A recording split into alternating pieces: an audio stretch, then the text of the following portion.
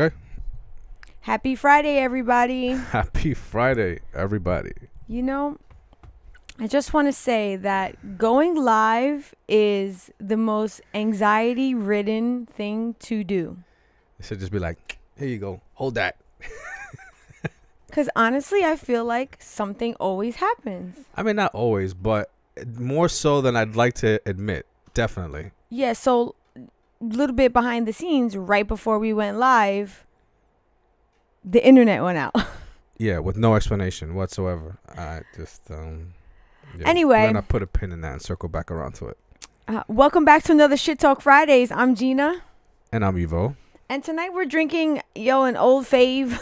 And it's honestly like, I feel like I just gravitate towards it because we've experimented with quite a couple of wines. And this is one of our favorites. And there is another that I really enjoy, but it's a little bit harder to get. So like the fact that it's harder to get, sometimes I don't want to go that far to get wine. So we wind up getting this a lot. So it's Uno, Cabernet Sauvignon, and let's cheers. Cheers. And cheers to you guys and gals. So, I don't know if you noticed. I needed that. This is the Cabernet. What do we usually get, the Melback? The Malbec. Oh, shit. Did I fuck up? I didn't say nothing. I just let it go. Because, I mean, it's just as good. It's not bad, but, yeah, we usually go for the Malbec. Maybe that's why I thought the bottle looked a little different. They're the exact same bottles. Really? They're exactly duplicate. The only thing that you have to read it says, one says Cab. Like, if they're next to each other, you would think they're the two in the same. Okay, well, what is everyone else drinking tonight? And welcome to the chat, Eddie. Cheers. Thank you so much for joining us. And tonight we are talking about the male gaze versus the female gaze.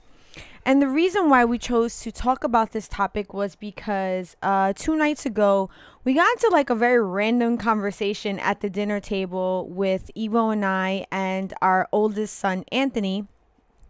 And we were talking about a podcast, or rather, I had started talking about a podcast that I had recently listened to with a gentleman by the name of Jason Wilson. He currently has a book out, and he was on Joe Rogan's podcast. And they were talking about a video with this gentleman that went viral. So if you're not familiar with Jason Wilson, he is a martial arts instructor, amongst other things, because he's also an author. He's a father. He's an entrepreneur.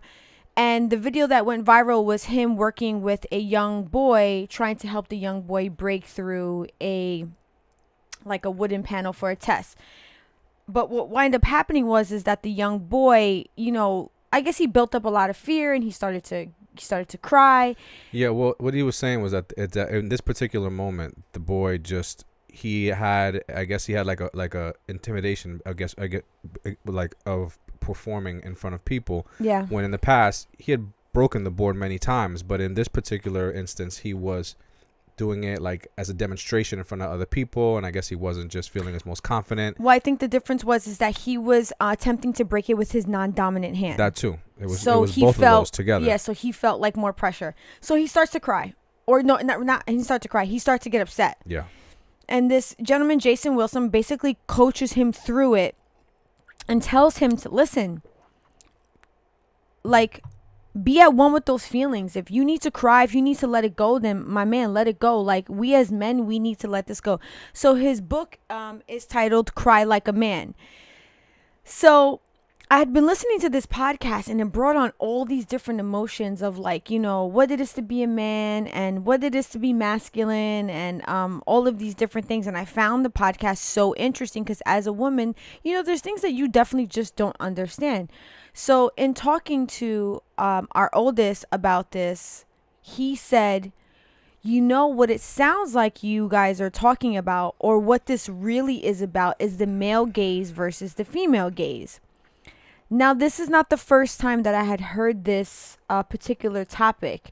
It's something newer, I would definitely say. This is not something that I've heard. I want to say I've been hearing about it within the last year or so. It's not something that I really heard about prior to that. I actually was not aware of this term prior to us talking about this. I had to look into this, and I found it very interesting. Yeah. So I was interested as to why our oldest thought that it was about the male gaze versus the female gaze.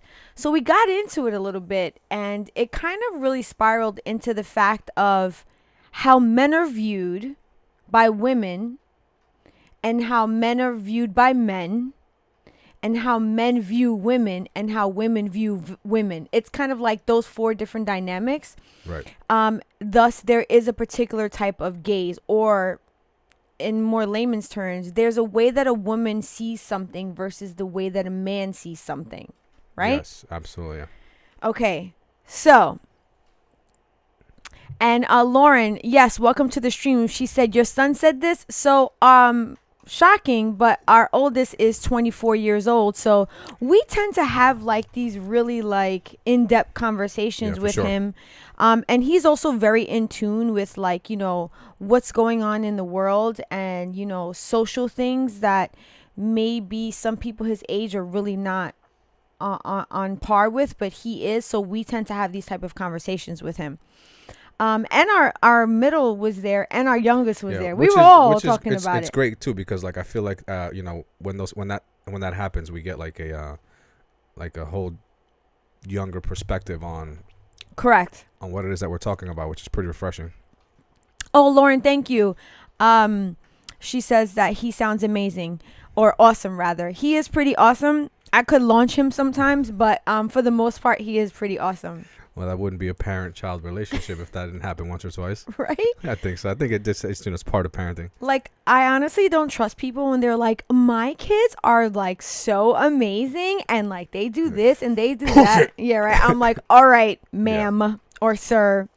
If you don't want to launch your kid at least once a day, I don't know if that's a real parent-child relationship. Yeah. So anyway, he brings up this male gaze versus female gaze thing. And I said to him, I go, oh, you know, that's interesting that you say that. I had read something recently that said one of the reasons why women were swooning over Adam Driver in the Star Wars series where he plays Kylo Ren is because a lot of his shots supposedly in the movie were set up to be more in the female gaze, which meant that like when he appeared on screen, it was more appealing to the women rather than the men. Whereas in other ways, men are still put in a male gaze and women are put in a male gaze. But this time it was put in the in the less done version. Now that I look back at the movie, I definitely feel like it definitely has something to do with the way that it was shot, but also the fact that they made his character like kind of in touch with his emotions, you know, as far as, you know, on top of being, you know, dark and evil and angry, you know, he also had like this soft side, you know, where he was like kind of like having this thing with Kylo Ren. And you mean having the thing with Rey? I'm sorry. Yes. Yeah, that's what I meant to say. Yeah. So I think that really put an interesting spin on it. So I'm going to give you a little bit of a definition of what is a male gaze versus like what is a female gaze and what is a male gaze per se, right? So when it comes to a women, when they're looking at something in the female gaze, they're looking at it in the perspective of a man who's willing to go to therapy to understand his feelings, who are open and honest about their feelings, who are not afraid to cuddle and seek emotional comfort. They're looking for men whose masculinity is not threatened by a feminine aspect. So an example of that is, the first example that comes to my mind right away is Prince. Because Prince definitely was somebody that like he exuded all types of sexual, you know, like I am man, but still really danced the fine line of embracing femininity. Yeah. A lot of his outfits were more to his body. They were tighter fitting, which is not what a lot of men do if they're in the entertainment type of industry. Right. And there were even times that he did his hair and his makeup where he looked more feminine, But when I tell you he was baja de panties, and if you don't know what I mean by that, which was women were literally throwing their panties at him. So he was so secure in his masculinity that it didn't matter that he embraced such a feminine version of himself. So like, you know, the way he dressed, the way he did his hair, the way he presented himself on stage, the way he, like, the type of songs he wrote. Well, I think that the fact that he was able to be a man but yet step outside of the mold of what society deemed to be a man and be comfortable with it. He unwavered by any of the boundaries that society set to what a man should be like, and dominated it. I think that's what really made him appealing. I mean, the confidence that you have to be able to express yourself that way publicly, it's got to be, fucking gigantic. So there are some other examples that I think of right off the top of my head of men who are masculine, who identify as heterosexual, but still will don things that are considered feminine. I was just recently listening to a new song released by Jaden Smith.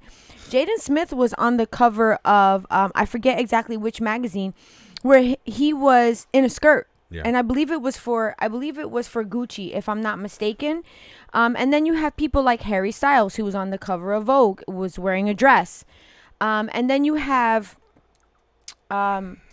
rappers like, I believe his name is Young Thug, where he was on the cover of his album wearing a dress. So you have a lot of these men that are masculine, but they will still wear and dress themselves and have aesthetics that are considered feminine, like painting their nails, wearing eyeliner, putting on makeup. So,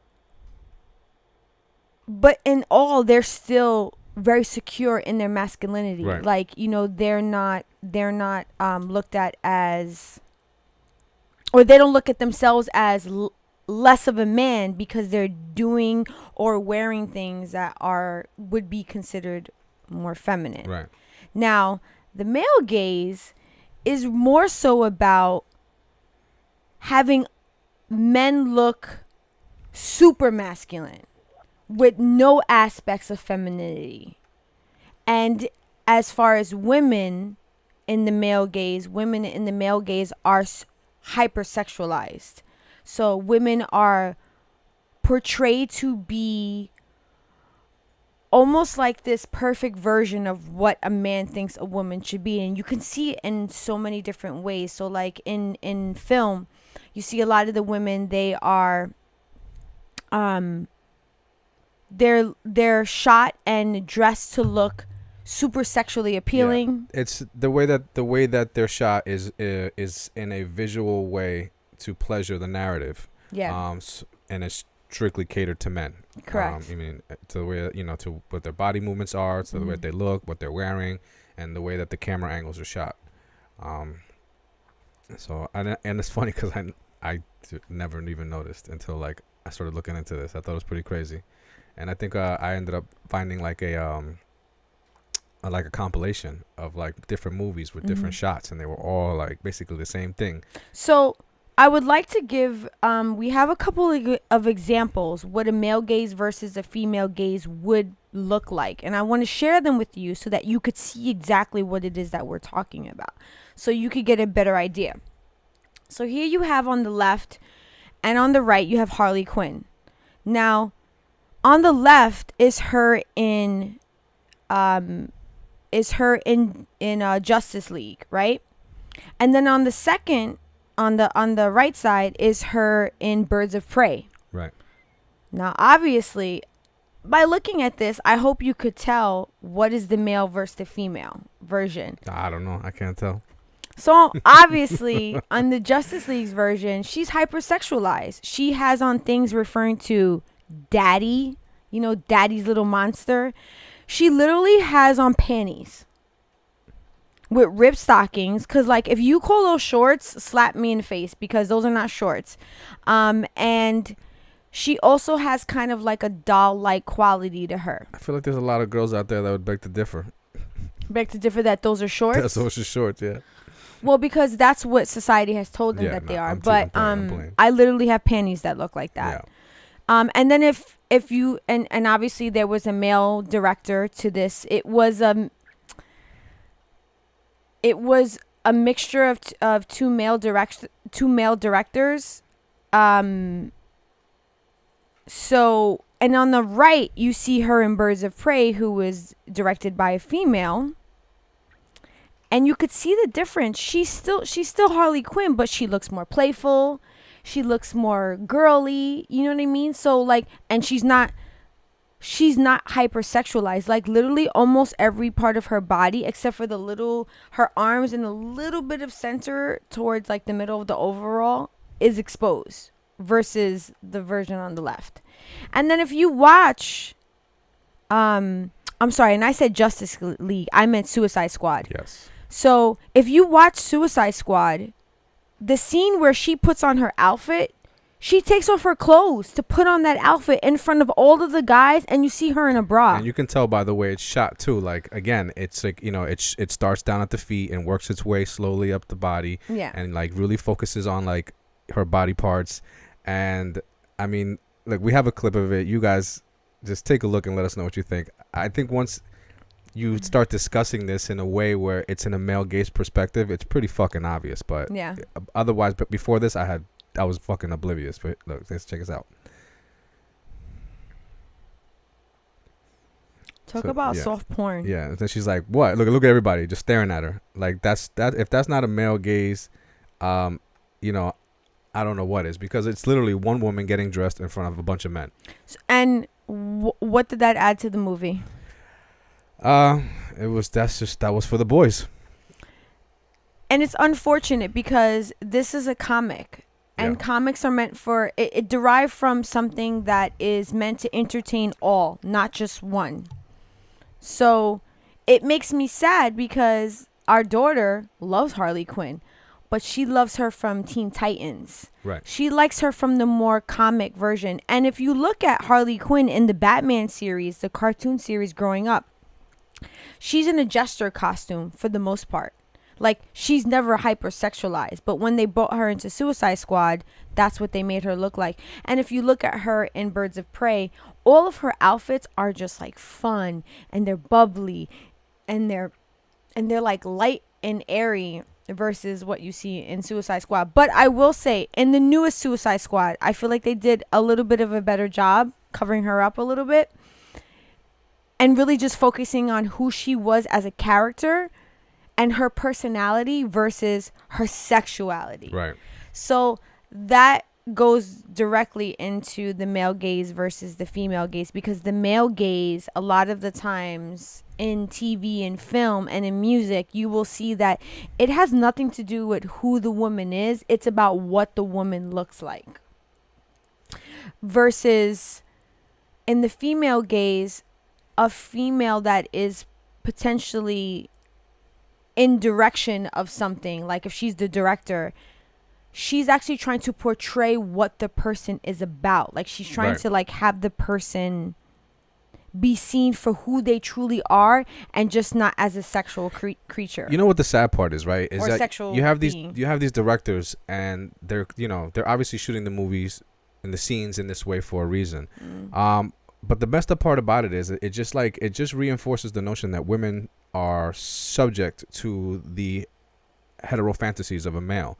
And when you playing these types of shots over and over and over again, you have people on the other side of the screen, particularly heterosexuals, that now have a voyeuristic view on it, as to where they're just sitting back and watching, and they're getting to see all of this.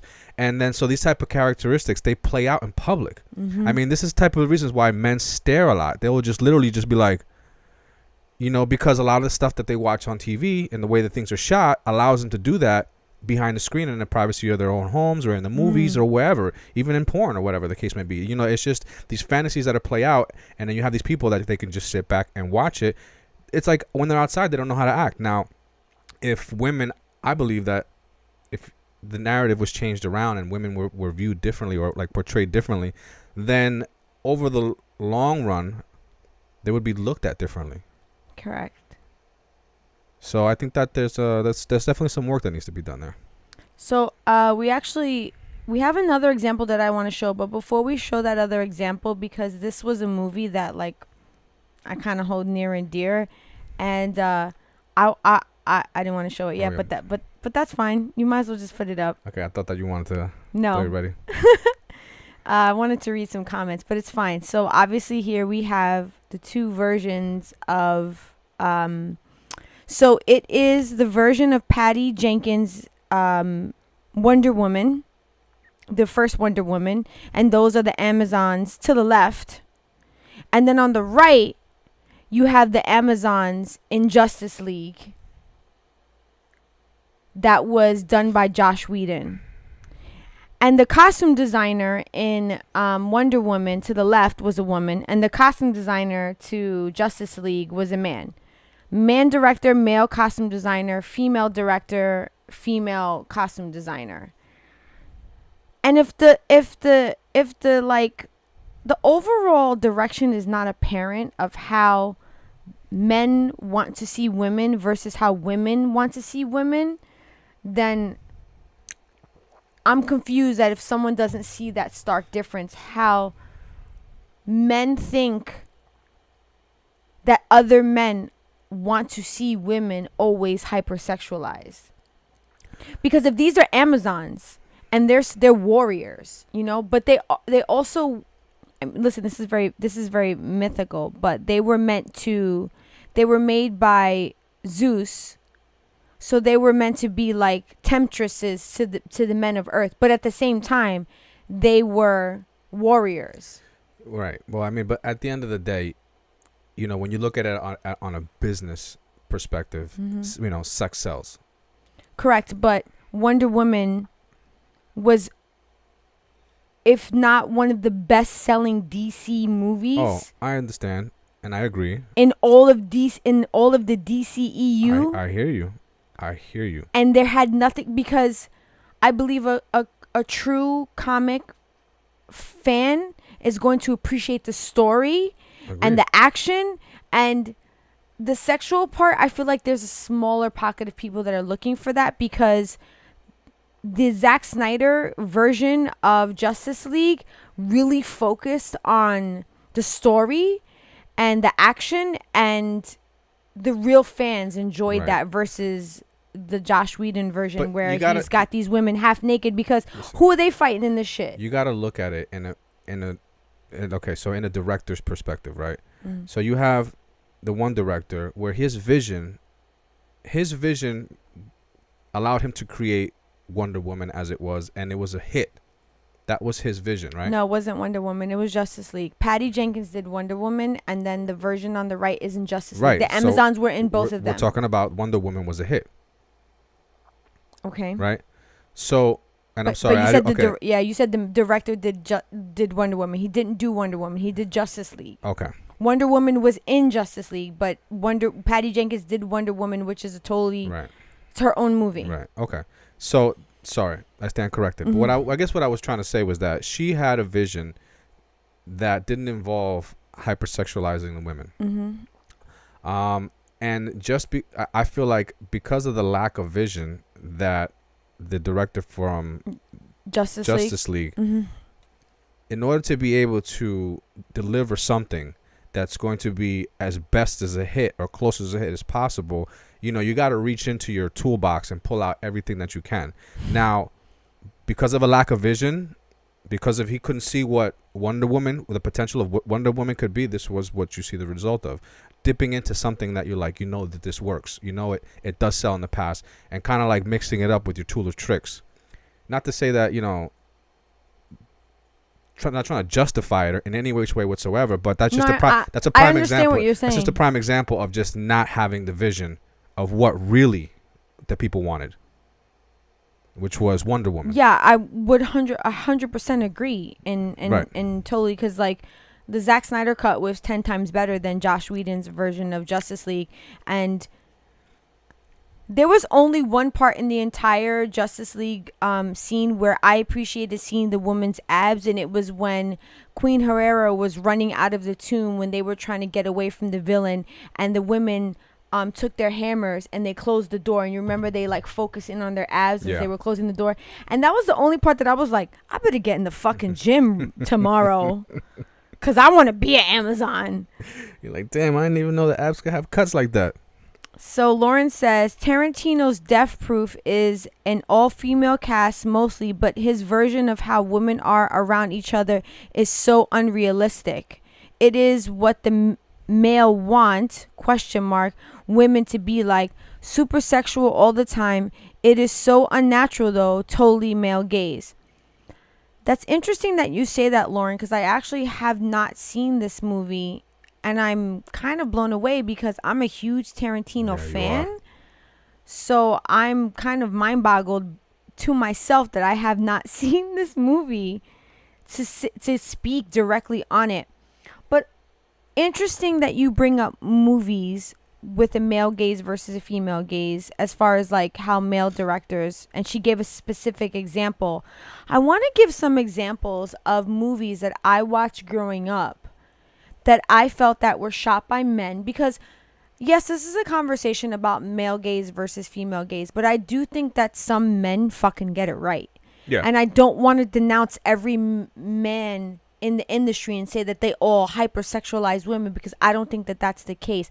I think that there are some men out there that see women in a lead role as a heroine, and they portray them for who they are versus what they look like. So I would like to give some examples of movies that I personally can say that I know that I've watched them and walked away like, fuck yeah, I want to be this chick when I grow up. And it wasn't about showing my body. So the first director that comes to mind right away for me is James Cameron. And I've spoken about him before because he has delivered 3 movies, and they're franchise movies, that they are all led by a female heroine. And these women in James Cameron's movies are badass. They kick ass. But at the same time, they're loving and they're feminine. And it just doesn't, like, I just feel like he knows how to direct a movie in that that realm. I agree. And first and foremost is the movie Aliens. When James Cameron directed Sigourney Weaver in Aliens, and she was Ripley, for me as a young girl, watching this woman power machinery, handle a big ass gun, and then there was other women in the movie Vasquez, right, that I found to be so badass, and there was nothing sexual about these women, but did they go kick ass in that movie? And then there was that side of Ripley in James Cameron's Aliens where, you know, they found a small child and she still kind of had like that motherly presence. So like at the same time she was embracing like that maternal kind of like woman side of her, but at the same time she was like, I will put a fucking cap in your ass, no questions asked, if you fuck with me. And I love that. That's one. In the Terminator, he did the same thing. He had hold on, I gotta look at my notes because I always forget her name. Linda Hamilton as Sarah Connor. This chick was badass, and the most you got from her, she was like in a tank top with glasses, with like a fucking shotgun, busting ass the whole movie. She was badass in that movie. She was badass. Yeah, she was. And at the same time, she was a mother. She was loving, but at the same time, she wasn't gonna let nobody fuck with her or her son. And third and last, and I can't wait to part 2, Avatar. Neytiri. I can't wait for part 2. I'm so excited. Neytiri. How amazing was Neytiri in Avatar? Like, I think about her, like, how loving she was. Yeah. How she had ladies and gentlemen, she was an alien, but still, she was still so, like, beautiful. And she still had this feminine quality about her, but at the same time, was she not bust your ass? Oh, hell yeah. Especially that, you know, when the male was it the excuse me, his name is Jake Sully. Yeah, when Jake Sully, when they ended up unplugging him and he fell, and then the other warriors came and wanted to kill him, and then she came and she was just like yeah, yo, she would have took any one of them out if they would have came near him, which I thought was crazy. Just talking about that, I get goosebumps because I think about the scene where she's like, Jake, make the bond, and she's screaming, Zahelu, and she's like, oh, and they go and they fly together, and like she looks badass on the back of that thing, and I'm like, but at the same time, there was nothing like they shared a intimate moment together, but there was nothing about it that made her super sexualized. She was still a warrior. She was still a princess. Yeah, very much so. I thank James Cameron for putting these women in film and putting them on the forefront and having them as heroines, but not making it about their sexuality, making it about who they were. So, like, I know that there are some directors and some men in the entertainment industry that don't look at women as just an object. Unfortunately, I think that there are more men that do that versus men that don't do that. Right. So, regarding the male gaze versus the female gaze, what I find interesting about it is that men, for whatever the reason, sometimes feel threatened by the female gaze because they're very confused as to why a woman would like a man who is not the norm, a man that doesn't fit the standard of, like, buff and super sculpted. I pick things up and I put things down. Yeah, like, maybe he's like an outdoorsman, he knows how to like handle a gun, or like, like this super masculine version of a man. And but I mean, I feel like that there is a pocket of women that are totally like about that. Like that's what they want in a man. Yes, but what I was saying is that men, when they see women that don't want that, they're threatened by it. They're threatened by it. Their own masculinity is threatened by it. And that's what women find so interesting, because what men are missing is the men who are willing to paint their nails and wear a dress and wear eyeliner and all this other stuff. They're very secure in their masculinity. There's actually nothing about them that a man who is masculine should be threatened by. Because if he was secure in his masculinity, why would he be concerned about what another man is doing as far as his masculinity? Well, shouldn't there be variations of what it is to be masculine? I mean, as from young, boys are raised to be tough, to not be punks, to not be soft, and even not to cry, right? Yes, and this is what started some of our conversation about Jason Wilson and his book. I always forget the name of this. Cry Like a Man. Cry Like a Man. Yeah. And I think that he said in the podcast that there was a study that found that when you cry, your tears are made up of 96 or 98% water, but the other 2% is made up of stress hormone. So when you cry, you actually release stress hormone, which is why you feel better after you're done crying. So now imagine having a generation of males that not only grow up on testosterone. I mean, testosterone gives you an aggression that it's hard to explain if you're not a male, right? It's hard to, just like, when women have their mood swings and stuff like that. I can't imagine what that's like. Same way. So you have a society or generations of males being brought up. They're obviously, developing testosterone and aggression, and then they're told not to cry. So they're keeping in all of their stress and not releasing any of that and building that up with testosterone, and being taught that, crying, being soft is no good, and never having that fatherly figure sitting down with them and working through their emotions, making them deal with their emotions, connecting with them on an emotional level rather than just a father figure or a provider. So when you have that gap, and then you put that person in front of a female who is not connecting with that male because they lack sensitivity, and even kind of looking at them negatively because they lack that, that's a direct shot at who they are. Now all of a sudden there's just something that they were taught that they were supposed to be like in order to quote unquote be attracted to the opposite sex, and that's not working. Yeah, and then they're totally confused as to why then she wants to be with a man that paints his nails and wears eyeliner, because in their eyes, what they've been taught is that shit is gay. It don't even got to be that deep.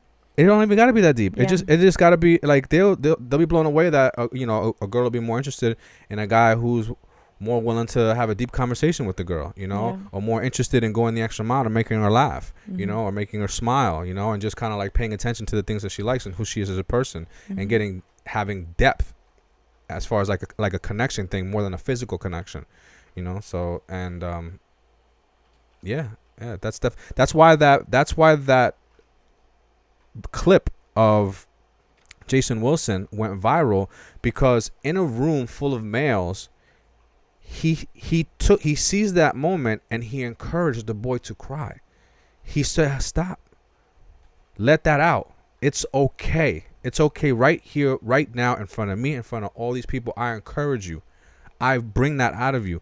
And so many men were floored by that, because they've been yearning for that. No male has ever, well, not, I want to say no male, but there's been a large group of males that have lacked that connection with their fathers, with their parents, or any male figure, in any their male family parent figure, yes, who is like maybe like a guardian, an uncle, right. Yes. I mean, it goes down because not all young men have fathers in their homes, right. such as all women don't have mothers in their homes. Right. And it goes down from generation to generation to generation. You have that parent generation that never experienced that from their parents, so therefore they don't know how to give that to their children. Yes. And when their children, and specifically the boys, feel some type of emotion or they want to cry, because the parent doesn't know how to deal with it, they duff it out. No, you can't do that. No, that's not right. That's not manly. Like, men don't do that. You know what I mean?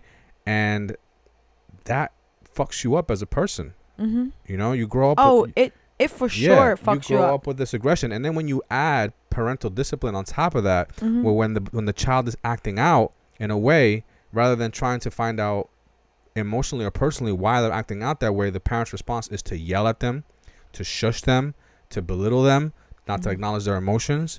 All of that stuff coupled together really creates a recipe for disaster when it comes to males. So when they saw that on that video, where you had this grown man seeing this in this child, and he's a grown man that looks like what is led to believe the typical masculine man. Right. Encouraging another young man to cry. People were fucking floored by that shit. I just think the visual picture of a grown man, a grown black man that is strong, jiu-jitsu trained, martial arts trained, encouraging a young boy to deal with his emotions in a moment where he was supposed to be strong, physically strong.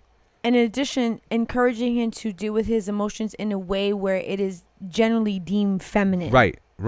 And embraced it. Like girls cry. He made it seem okay. And that moment is missing between so many fathers and children and boys that made that video go viral. I think he has like somewhere like a waiting list of like 500 people waiting. 5,000.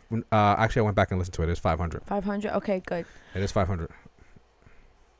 I know how you said that there are men that are lacking that connection, fathers lacking that connection with their sons. I also think that there are women that are lacking that connection with their sons, because women will take the lead of their husbands or take the lead of the men in their family, and they will treat their sons as such. They will treat their sons with the same regard of their emotion. So like, say for example, when their son falls, they're like, yo, boy, get up.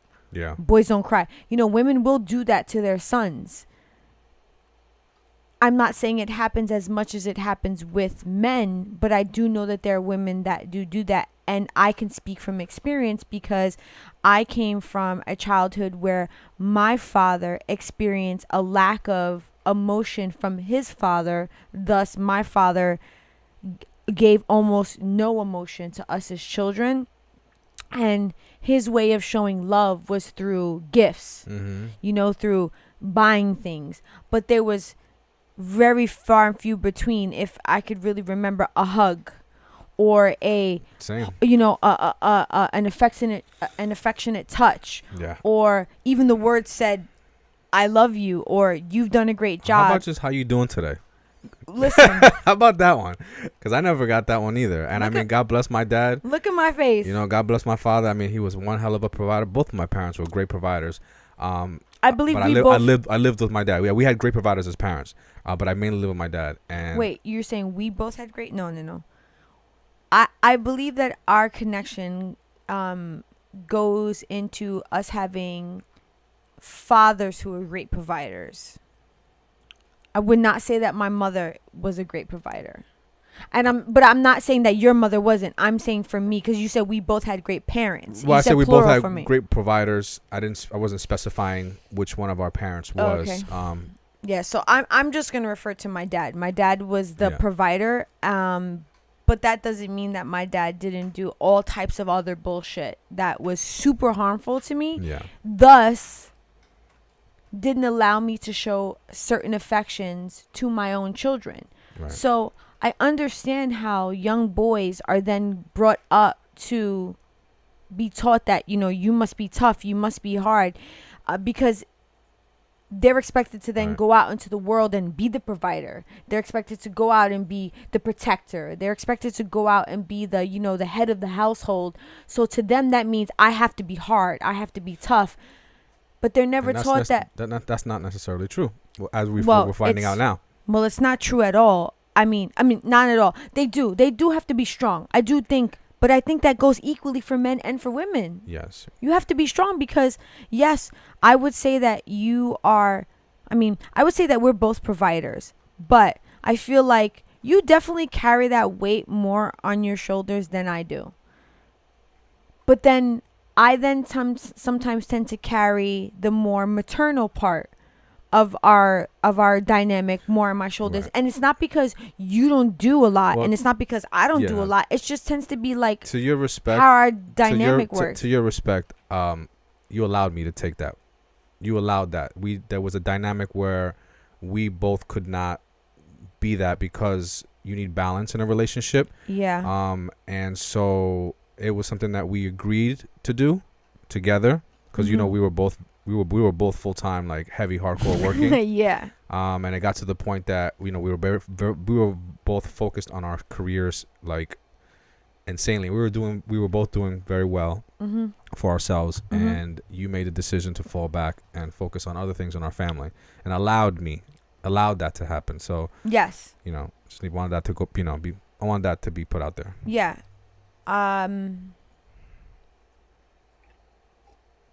I appreciate you saying allowed, but I definitely do think it was a mutual decision. Yeah, it was.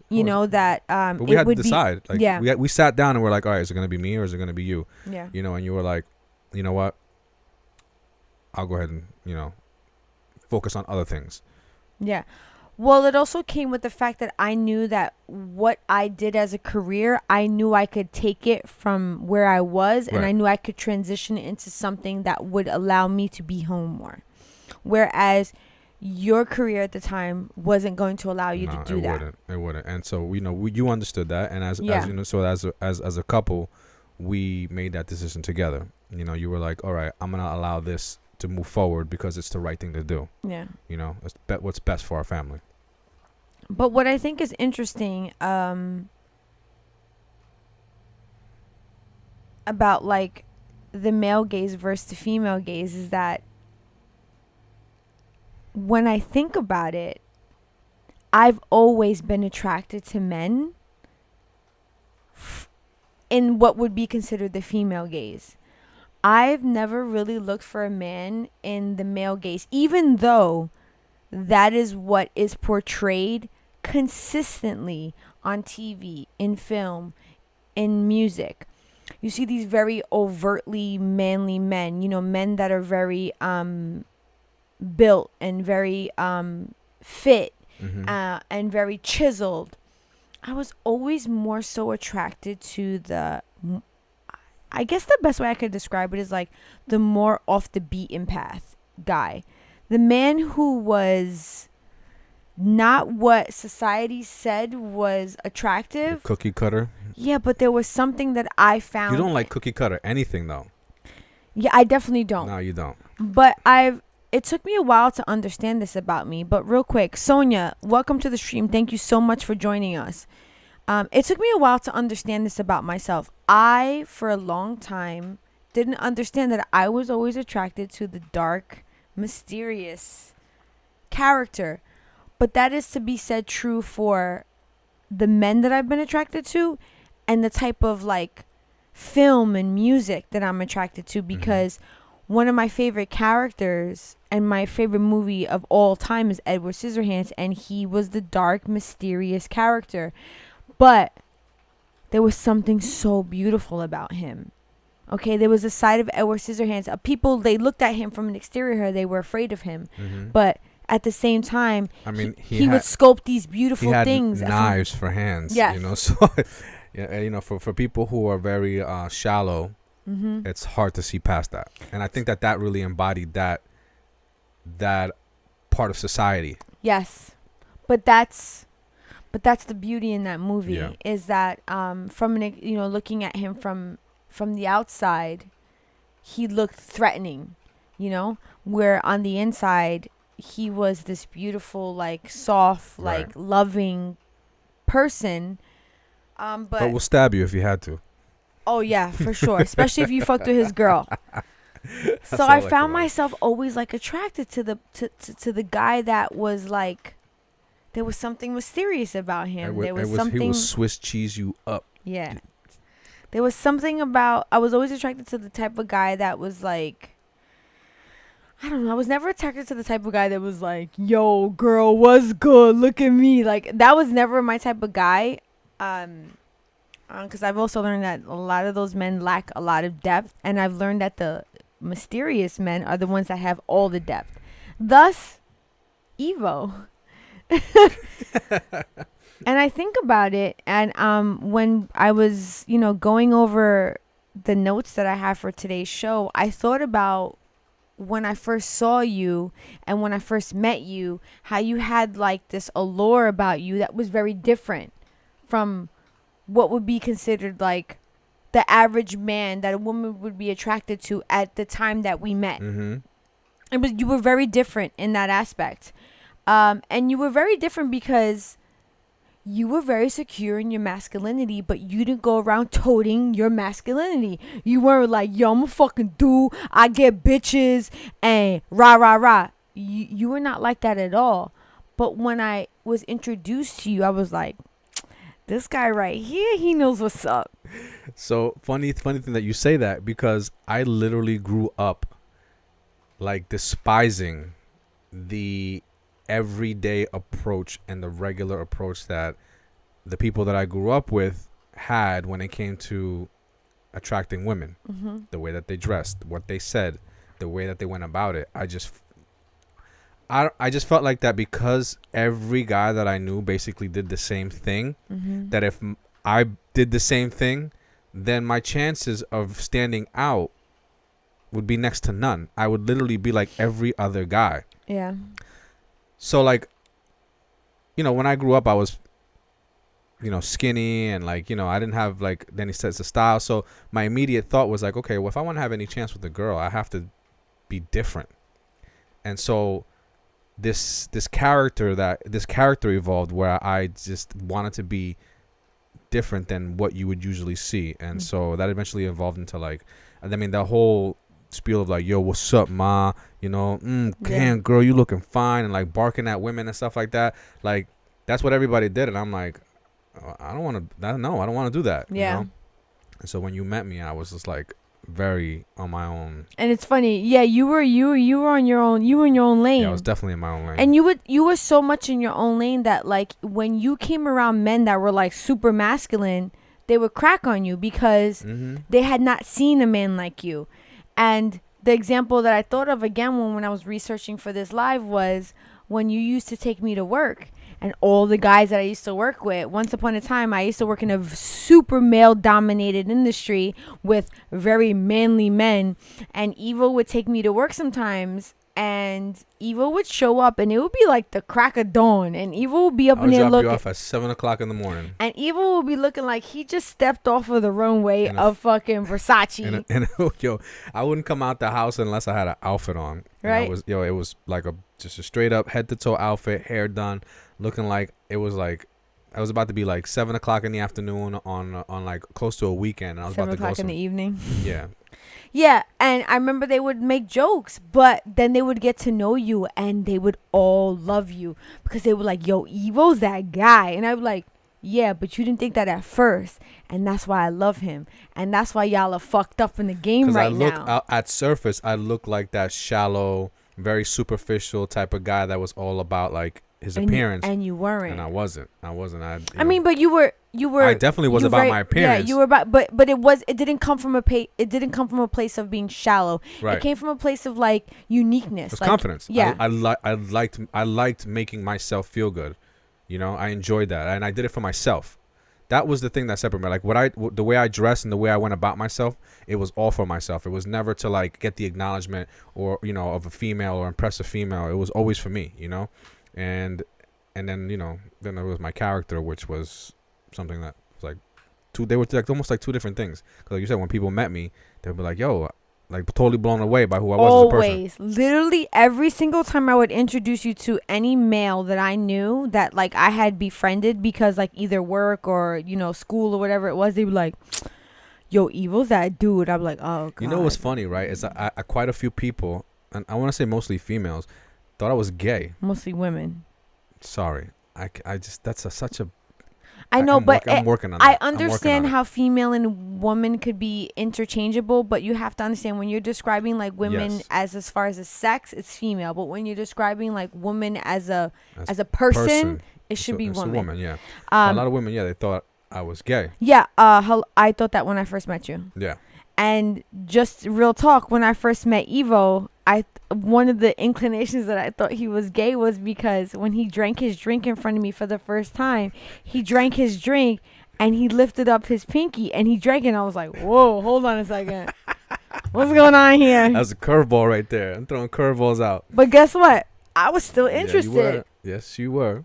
And Lauren says, sorry, I'm the only one chatting. Lauren, don't apologize. We honestly really don't give a shit who's here, Who's hogging up the chat. Yeah, who's here, who's not here. Feel free to talk as much as you like. That is why we are live, so that we could have interaction with our viewers. However many there are, we are always appreciative of that. Also, too, for anyone that's watching us, we also have a new feature that's at the top of the chat. If you see it, it's our link to our donation. If you would like to donate to our live, it would help us continue to be here live for you. Because right now we are 100% fully funding this venture. Yeah. And, sometimes like we want to do other things, but it's just not in the budget. So anything would be gladly appreciated. And Lauren says, but two great examples of female gaze. Number one, Insecure on HBO. Issa Rae brings it with how women are sexual, empowered, soft, hard, and the men on screen are full dimension. Love Lauren, that is a great Love example. And Evo and I also did watch that together. So I believe that we can. It's a great show. Yeah, we can agree on that. And then she, in addition, she says, number two, Gina, if you have not seen Portrait of a Lady on Fire by Celine, I can't say that, please watch it. It's a female gaze from beginning to end, and it's the most beautiful, devastating movie, ugh. Portrait of a Lady. Let me look this up really quick, because I want to say that I have watched this, but I never heard of the title. I'm not 100% sure, and I don't want to quote it, but if I haven't seen it, you better believe that I'm going to watch it, because that sounds like a, listen, I'm going to keep it real. That sounds like a pre-menstrual movie. That sounds like when Aunt Flo's about to come, I'm going to pop that on with chocolate and some popcorn, and I'm going to fucking enjoy myself, and everybody in the house better leave me the fuck alone. Right? Okay. Portrait.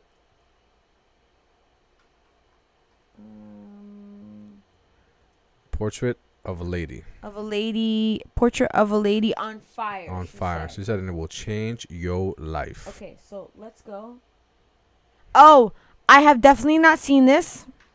And Lauren, thank you so much for the recommendation, because in our research for the male gaze versus female gaze, that was actually something that popped up. So I definitely will watch it, and then I will get back to you. And she says, French movie, love story, women, period piece.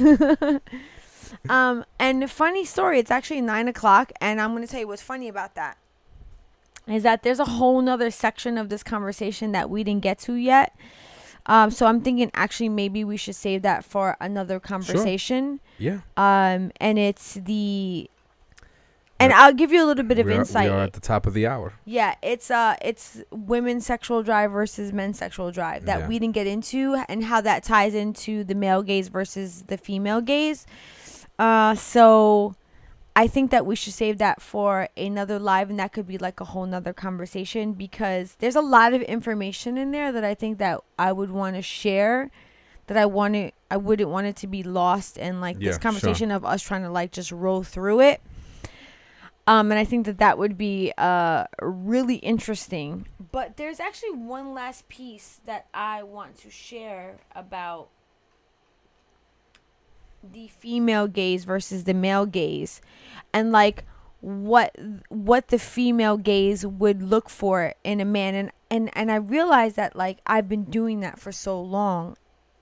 So some of the examples of what I would consider the female gaze, of like what a woman finds attractive versus what is deemed to be attractive, is in the Marvel MCU, which is the Marvel Cinematic Universe. You have all these characters in Marvel. You have characters like Captain America, you have Thor, you have Doctor Strange, you have Spider-Man, you have Iron Man. But let's be real, Thor and Captain America are the two in that MCU universe, along with, I would say, maybe Black Panther and now Bucky from the Falcon and the Winter Soldier. What do you consider these are the heartthrobs? Yeah, these are considered the heartthrobs of the MCU, right? These are the men that like I see on TikTok. Shit, I think they're good looking men. What the fuck? Like, I mean, I can imagine what women think. So, and I'm not going to say that women don't find them attractive, because I know for damn sure the amount of times that I go on TikTok and I see these little compilations of Chris Evans and Sebastian Stan, who plays Bucky, or the Winter Soldier, and Robert Downey Jr., like in the beginning of Iron Man, and Chris Hemsworth, who plays Thor. The amount of videos that I've seen of people like sliced together, videos of like them and like as these characters, and women being like, oh my God, bitch, I didn't know that I needed this, but I needed this shit, right? Meanwhile, this bitch over here is like, anybody look at Mark Ruffalo? I think he's so sexy. He's like, you know, he's the Hulk and he don't want to get mad, but he's so cute and he's a scientist with his. Meanwhile, I look at Mark Ruffalo and what do I see? You. Right? Yeah, boy. So like there's like these men in these movies that are portrayed to be like the masculine version. I'm over here looking for the like non-norm of a man. What was that? In addition, another example that I would give of a man who is not considered like, and maybe this is an actor that not everyone is familiar with. I'm a huge fan of this actor. His name is Riz Ahmed, and Evo and I both saw him for the first time in a series on HBO called The Night Of. And I would not consider him your norm man. Like, I would not consider him to be like, you know, your super masculine, super hetero looking guy. He has like, you know, he's like a smaller frame. He's got a vibe though. Yes, I know, but that's the point. He's got a vibe. Nah, but he's got like a. Oh, excuse me. He's got like a. I want to say he's got like an appeal vibe to him. Like Mark Ruffalo, he's more like, his vibe is more like his character. You know, I feel like his character is really what like brings the attraction to him. I mean, he's not an ugly guy either, but he's definitely not what you would consider your quote unquote, cookie cutter heartthrob. Yeah. But I think Riz Ahmed is, Yeah, I think, he's a good looking guy. But trust me, he's not like what I think women regularly are swooning over. Really? I don't know. I don't know. I'm not a woman, so I'm gonna take your word for it. But. Yeah. I mean, but there is one example of a man that I think women fucking drool over, that I think he would be potentially the typical, like, male gaze type of guy, and that's Jason Momoa. Yeah. So he was but the way he's portrayed in movies is not the way that I think he is. He's not like that in real life at all. And I think like a goofball in real life. Oh, he's a super goofball. And I think that is what really loops women in. Is like they see him with his family and his wife, and he's like drinking beer and he's fucking throwing axes. But at the same time, he's making jokes, and he's always talking about how much he loves his brothers and his sisters. Yeah. And then like when he poses with the actress from Game of Thrones, who played Daenerys. I forget her name off the top of my head right now, but he's always like, he refers to her like, his little like sister. He has that soft side, right. And I think that's what really like wraps women into him. In addition to that, in Game of Thrones, he was super masculine in Game of Thrones. He was the fucking Khal of, that tribe. But at the same time, when him and Daenerys were alone, she was his Khaleesi. He was her moon to his star. She was the stars to his moon. He would refer to her in these like poetic ways, right. And he would say these poetic things for her, and he would do like these loving poetic things for her. And I'm telling you that was the, whatever you want to call it, the softer side that like really fucking rope women in. Yeah. And in all, I think when you think about the male gaze versus the female gaze, I think what men have to understand is that women want to know that men can embrace their emotions. Right. Because in the end, I don't know what woman wants to be with a man long term, that a man that can't process his own emotions, because that's going to be problematic. And the reason why this whole conversation spawned off of Jason Wilson is because he talks about how men that are brought up to be like that, not understanding their own emotions, they will be abusive. Mm-hmm. They will have substance issues. Yep. Because they have not learned how to process their feelings, and they constantly think that they need to be in this state of like, I'm the protector, I'm the caretaker, I'm all this shit. And then they go out, and when they have a hard time with their spouse or their children, they lash out. Instead of proceeding with love. Mm-hmm. Because they haven't learned how to process their emotions, which is what started this whole conversation. But what I want to say is that I encourage everyone, if you haven't already, to go and listen to this podcast with Joe Rogan and Jason Wilson, because honestly, I think I like cried twice listening to that. It definitely gives you a deep understanding of the male, the struggles that males deal with when it comes to like, being sensitive and the way that they act and why men are the way that they are. And he explains that through his own personal stories and his trials and tribulations. Yeah. And how he went from, one extreme to the other. Now his book Cry Like a Man is it's not written like it's a self-help book, but it's based off of his life. Yeah.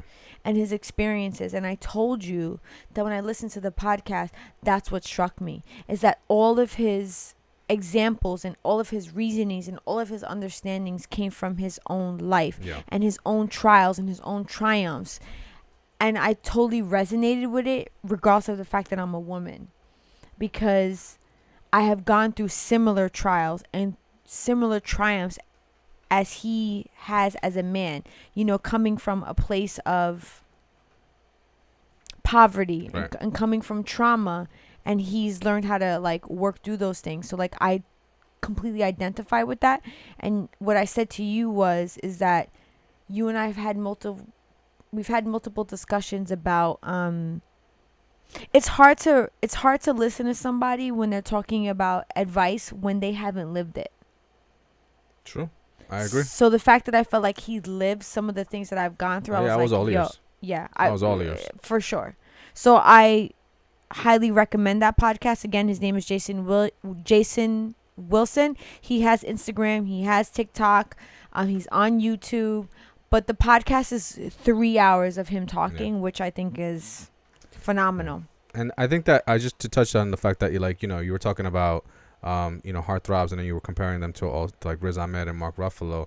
I think the fact that Riz Ahmed and Mark Ruffalo as actors, they have range, and how they fit more into the female gaze go hand in hand. And so Mark Ruffalo did I Know This Much Is True on HBO, which really showed his range. Yeah. I mean, his range was something that I just didn't even know existed inside this man. And then Riz Ahmed did the movie where, oh my God, yes, The Sound of Metal. The Sound of Metal. 2 movies that if you haven't seen, you must go and see. You must take the time out to watch these movies because they are deep and they show a range on these actors that will blow you away. I Know This Much Is True, Mark Ruffalo. Yeah, it's not but I Know This Much Is True on HBO series. It's a limited it's a limited series, but I guarantee you that. But you could also see Riz Ahmed in The Night Of, which is a limited series, which they're both HBO. The Night Of was good, but I feel like that The Sound of Metal really like showed his range as an actor. Oh my God, that movie honestly that movie fucking took me for a loop. But let's get into the top 5 for tonight. With that being said, so because I'm sitting here like, man, that fucking movie was, oh my God, it was good. It was definitely good. It wasn't good. It was that movie was it was fucking it was phenomenal. It was amazing. Yeah, I'm sorry. Yeah, good was just it was I was doing a disservice to the movie by calling it good. That's what I'm saying. I was like, the movie was phenomenal. It was fucking amazing. So let's get into the top 5 for tonight. So staying on topic with Are we staying on topic? Yeah, we're definitely staying on topic because we're talking about the male gaze and how, for lack of a better term, the male gaze is a fucking douchebag gaze, right? And so, coming in today at our top 5 is 5 cars, the top 5 cars that if you drive, make you a douchebag. You know what I think is so funny about this? Because if I'm not mistaken, one of the cars on this list, at one point you were like, I want this car. And I was like, I kind of mixed it up last minute. Oh, yeah? Okay, because I remember you saying that you wanted potentially what I considered a douchebag car. And I was like, you can't have that car. Yeah, I don't think I don't think it's on here. I was like, you can't do that because the people that drive this car are not you. Yeah, so you can't do this. I don't think it's on here. It's definitely not on here. But before you do that, can you pour a little bit of this? Because, like, I don't know why I feel like you have a better reach than I do. Maybe your arms are longer than mine. I mean, they definitely are longer than yours. That's what I doubt. And we've actually elected to, when it's regarding the top 5, Evo does it. And for the last couple of top 5s, I don't even know what the hell Evo's gonna present, so that my reaction is 100% authentic. Fuck it, we're gonna do it live. Because in the past, when we go over what the top 5 is, we then tend to argue. Yeah. So coming in at number 5 is the Porsche Boxster. Now, the reason that this made number 5 is because this is the broke man's Porsche, right? This is the wannabe 911. Like, if you want to drive a Porsche, this is like walking into a Honda dealership and buying a Civic. Oh, that's disrespectful. That is basically what this is, right? This car, although it carries the name Porsche, it is comparable to an Audi TT Roadster, which is about $46,000. I love the Audi TT. Or Audi a Mercedes, TT is sexy. Or a Mercedes-Benz SLK, which is like the mini coupe, like the super small one, which is about $47,000, or the BMW Z4, which is $49,000. Now, when you think about cars in like the high 40 range, you don't think about a Porsche. So that's why I say, when you get the Roadster, it's basically like going into Porsche and buying their Civic. Now, the body of this car is really up there reminiscent to the 911, which is the the staple of like Of Porsche. the Porsche is like their 911 is like really kind of like what really brought them out, right? And so like you know how the Civic resembles the Accord in many ways. Even more so now. Because we were just talking about that the other day, and I was just like, Eva was like, "What do you think about the new Civic?" I was like, "I kind of looks like an Accord." Yeah. So the Boxster is that. It is the Civic of Porsches. I'm sorry to say. It really doesn't offer much. It just gives you an entry-level position into the Porsche to say you got it, but you stand alone in the douchebag series of Porsche owners. What I think is interesting about that whole dynamic is if you're a real Porsche driver and and you're driving the Roadster, right, and you see someone in the Boxster, you're like, this fucking guy. Yeah, you know that this guy right here, he's trying hard, and he got in the door, but he gets no respect from the other Porsche owners. He gets zero he gets respect. No respect. He's like, but that car visually to a person that doesn't know much about cars would be like, ooh, he's driving a Porsche. Yes. But he's really a douchebag. Yeah. Real talk though. I never understood women that were like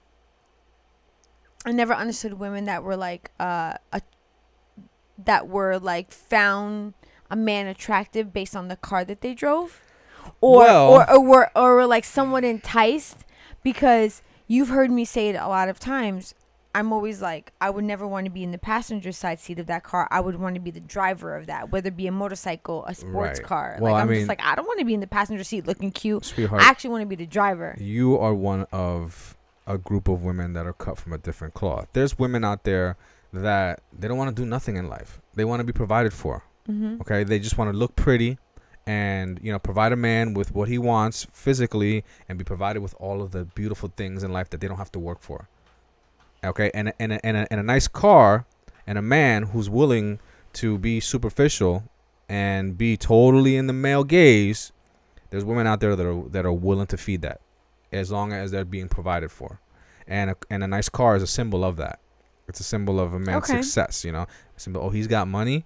And so I feel like that they go hand in hand. You have a guy who's spending money on his car, like look at me, wow, I drive all this stuff, trying to attract a woman that is looking to be dependent on his financial stability. And I want to be 100% honest with you. When you said that made me so fucking angry. Because wait, I know it makes me angry because I know that there's women out there like that, and it makes me angry because I don't want to be associated with women like that. I don't want to be associated with douchebag, but they're out there. I know. So that being said, it makes me angry because I'm almost embarrassed to know that there are women like that. There's women out there, they be thirst trapping. And I know this to be true because I have met women like this. They're all over the place. I work in an industry where I've come across a lot of women, and I've heard a lot of things. So I do know that there are women out there that are out there just to be with a man for what he has and not who he is. Hustling. But it makes me angry, and I don't know why it makes me angry, because I really shouldn't be concerned about what other people are doing, but I just think that it gives a bad stigma to women, because we're all not like that. Same thing goes for men. Yeah, absolutely. So coming in at number 4 is the I want to say this is a 1999 Ford 5.0 Mustang. 99? I think so. Maybe 95. 95. It's in that. Yeah, it's. I actually think it's a little earlier than that. No. Definitely not. No. All right. And the reason why this is a douchebag mobile is because, like, fucking hate that car. Especially nowadays, right? Where you can get, like, these young kids can buy these things for, like, super cheap, and you can modify the shit out of these cars. You can put, I mean, it's a fucking 5.0. It's like, it's got a fucking engine in it. Like, this thing will move on you. But they're cheap. It's a Ford. It's a Ford, yes, but it doesn't. I mean, listen, Ford, they make big engine muscle cars and whatever. This thing did perform. I mean, it's a popular car for those that like American power. You know, it's one of those, right? Yeah, it's American power before 100,000 miles. After that, it's a fucking. Well, it's a fucking. When you're doing it like this right here, you're it's a piece of shit. The miles doesn't matter. You're redoing the whole engine. This engine's been taken apart. I mean, I would like to think so. That this engine's been taken apart. All the parts have been redone. It's like a brand new engine inside. But because the car's so cheap, and then you can put all the money into the motor and have a fast car, you just have a douchebag behind the wheel. End of story. I mean, it is what it is, right? You want like you. I mean, and then like the premium level of douchebagness when it comes to Ford would be oh no, I'm sorry. There's a whole nother level of American muscle that like if you actually have money and you're still a douchebag, it's a Dodge Viper. Right. So we're not but that's not included in the top 5. Oh my god. Yeah. Evil's like, so actually. Yeah. And so and I actually, you know, throughout the years of, you know, of my adolescent, I don't know, adolescent, but my teen years and like, you know, and the 20s, I knew a couple guys that owned these cars and they were fucking definitely douchebags. I've actually known a couple guys that what people don't know about me is that I worked in the car business for almost a decade. So the amount of men that I've come across in cars that are fucking douchebags, yep. Trust me, I've seen an array of that bullshit. Yep.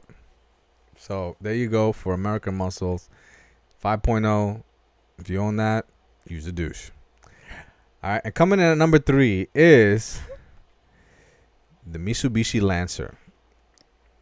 Okay. Now, wait. I have a lot to say about this car. Hold on. Okay, right? I'm gonna hold. Now, if you bought a Mitsubishi Lancer and you hooked it up like this, you're a wannabe Mitsubishi Evo all day, right? This is the I can't afford an Evo, so I'm gonna get a Lancer and I'm gonna try to hook this shit up as fucking bad as I can to be like a Lancer, but I ain't shit. I'm just a fucking douche in a civic ass Mitsubishi hooked up to the fucking T, looking like I just drove off the fucking set of Fast and Furious. End of story. Yo, I have nothing to say. Zero. Because that's what that is. Because that is 100% true. Exactly what that is, yo.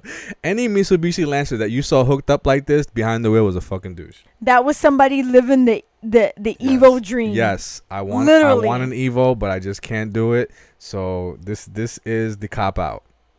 All right, and I think I'm hard. And the fact of the matter is, like, yo, the problem is like, all right, if you drove a Lancer, act like you're driving a Lancer. Like, be a Lancer driver. No. Don't roll up and try to fucking act like you're driving an Evolution, trying to take somebody out and getting gapped the fuck out.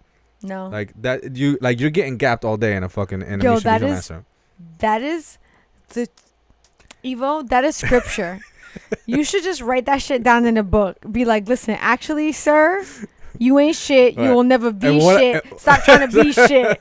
And what I mean by getting gapped out, for those of you that don't know, is that when you're in a race, right, the car that's got more power literally gaps you. Yeah. It puts a big gap between you and itself, right?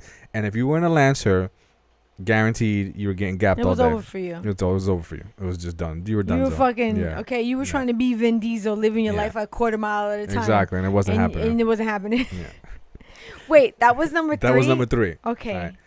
I'm a little scared for 2 and 1 because the Lancer was good number 1 is gonna hit you different, right? Oh no. So coming in at number 2 is the primered out bubble back Honda Civic.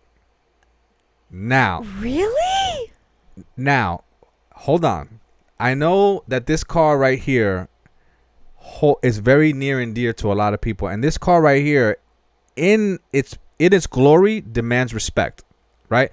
But I'm talking about the people who own this car, who buy it with the aspirations of making it great and end up primering the shit, putting steelies on it, and just making it just a and just nothing but a loud ass 4-cylinder going nowhere, making more noise than anything you ever seen on the goddamn road. Piece of shit. Getting pulled over in front of our house on the regular schmegular. Yeah, more noise than move. Driving this car is a fucking douchebag. Oh, because I love the bubble back. It's a great car. It's cheap. It's kind of like the whole story with the Ford Mustang, where listen, you can buy it for next to near nothing, and you can modify the shit out of the thing. And these cars they gap fucking like exotic cars.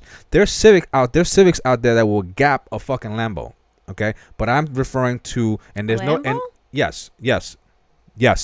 Okay, with extreme modifications. Yeah, extreme modifications. Not stock. No, of course not stock. Okay, of course 'cause I not was stock. like, No wait a way, second. no way in hell will a fucking Civic gap a Lambo.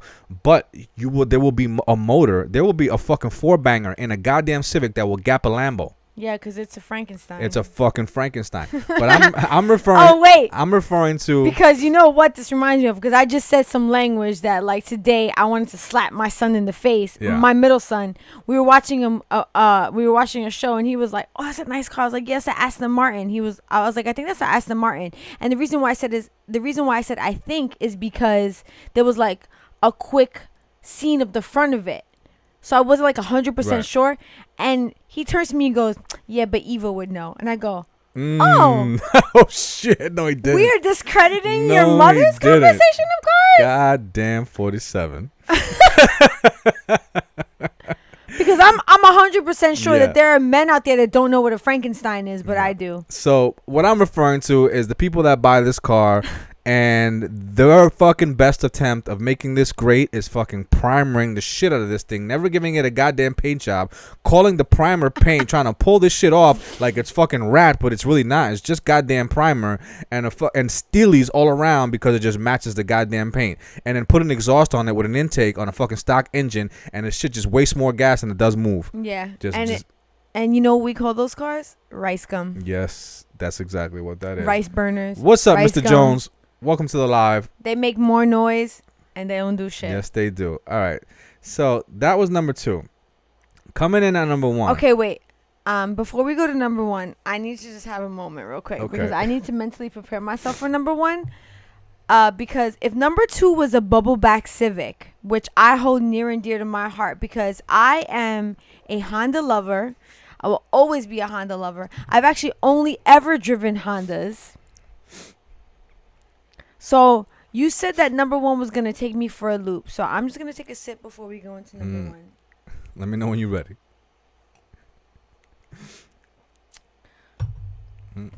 I'm ready. Clear for takeoff? Yes. And again, also to Mr. Jones, welcome to the stream. All right. So coming in at number 1. If you drive this, you are the Elvis Presley of fucking douchebags. You are the king of fucking douche on the goddamn road. And what I'm referring to is this diesel ass Ford anything diesel truck that fucking when you hit it, you're blowing fucking plumes of smoke all over the goddamn roadway. You are the king of douche. You fucking piece of shit. Get the fuck off the road.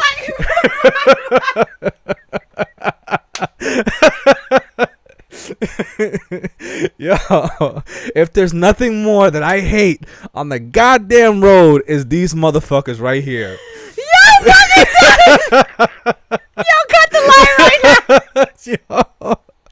Yo, can I get an amen? Yo, for real, like, yo. I'm in fucking tears right now. These motherfuckers right here got some balls. These dudes got balls. Like, I mean, oh my god. how is it that you punch it? You go to punch your fucking truck and all you do is fucking blow smoke. Like, seriously. This charcoal burning fucking diesel piece of shit. There's like 2 guys in the engine fucking shoveling coal into the goddamn engine of these motherfuckers right here. Cause this shit look like a train running down the fucking highway is what it looks like. Evo. This I is why hate you these are fucking my trucks. husband. You are my husband because honestly, we saw one of these the other day and I my was like, yo, God. what is this fucking person These things doing? are just like blah. That's what they sound like on the highways. Blah. Okay. Bro, stop it. Okay. Just stop it. I'll have to readjust myself right now because I laughed so hard. I still have like some abnormal pain in the back No. of my shoulder and that hurt. This shit is just no, stop. Whoa. I'm hot right now. Like, put a filter on it. Don't do PSP something. 785 or 765. I don't got my contacts in today. Welcome to the stream. And they say, I know a man who's still flexing his Civic on Facebook to this day. Yo, listen. And Lauren says 100% agree with those my damn skull flags Yup. waving from them too. Yup. Yo, true story. Like- 100% douchebags. Like, for real, man. And Mrs. Jones says, that's that I want to die very quick.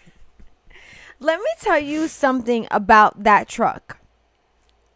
Or any of those trucks that fucking even remotely look like that. There's only one person that I could say that drives a truck similar to that I know is not a douchebag.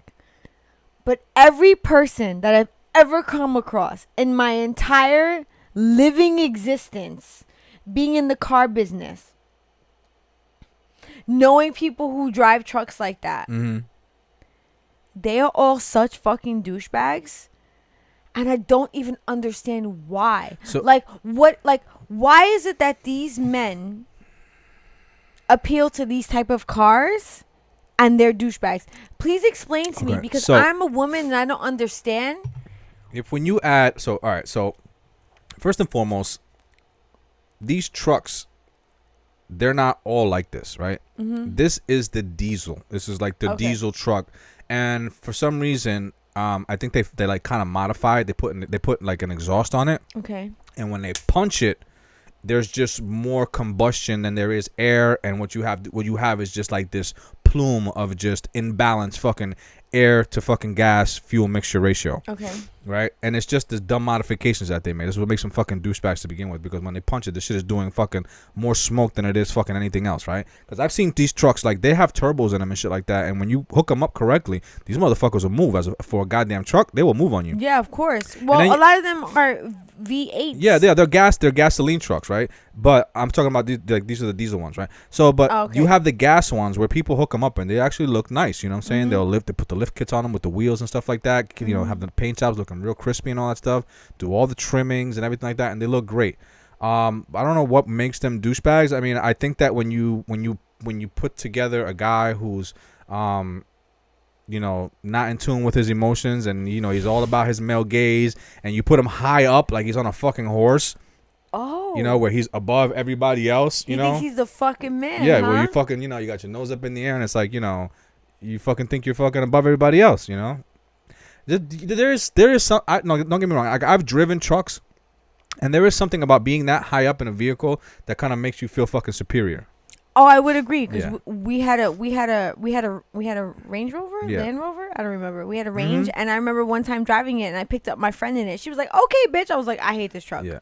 She was like, "Yo, but you flossing in this." I was like, "I don't feel like that." She was like, "Yo, but you don't like the feeling of like being higher up." I was like, "No, not really. Yeah. Like that's not my thing." So when you put a douche behind the wheel of that, something like that, this is what you get. Oh, Evo, you just made my night for me. I just want you to know that I appreciate you. And, like, I look at you with my female gaze, and I am so happy. Because you were so secure in your masculinity, and at the same time, you're just like, fuck these douchebags. Yeah, fuck them motherfuckers, yo. I hate that shit. But that actually brings us to the end of the live for tonight. Yes, it does, man. You know what I find interesting is that we survived today on Wi-Fi. Thanks the Wi-Fi gods, because I don't know what the fuck happened to our internet right before we went live. We have to look into that later. But I'm so happy that we made it through tonight. I thank everybody who joined us tonight, especially Miss Lauren. Yes. Lauren, you were there from beginning to end. Chiming in. We appreciate you, and never feel shy to chat with us, because this is why we make it live, so that you can chat with us. Because if it wasn't live, you couldn't have that option, and we want you to be able to chat with us based on your direct reaction to what we're talking about. And for those of you who are on the live, if you haven't taken a moment yet, please hit the like button. It definitely helps the algorithm in our live, and helps us get this live out to people so that they can see us, so that we can continue to grow our channel. Yes. So with that being said, we want to thank you for joining us. Until next Friday. Well, I don't know what the fuck we talking about, because me, Eva, we were doing that shit back and forth, and then like we come to it like down to the nitty gritty. But until next Friday, we will see you again. Oh shit. You ready? Yes. Peace out, ladies and gentlemen.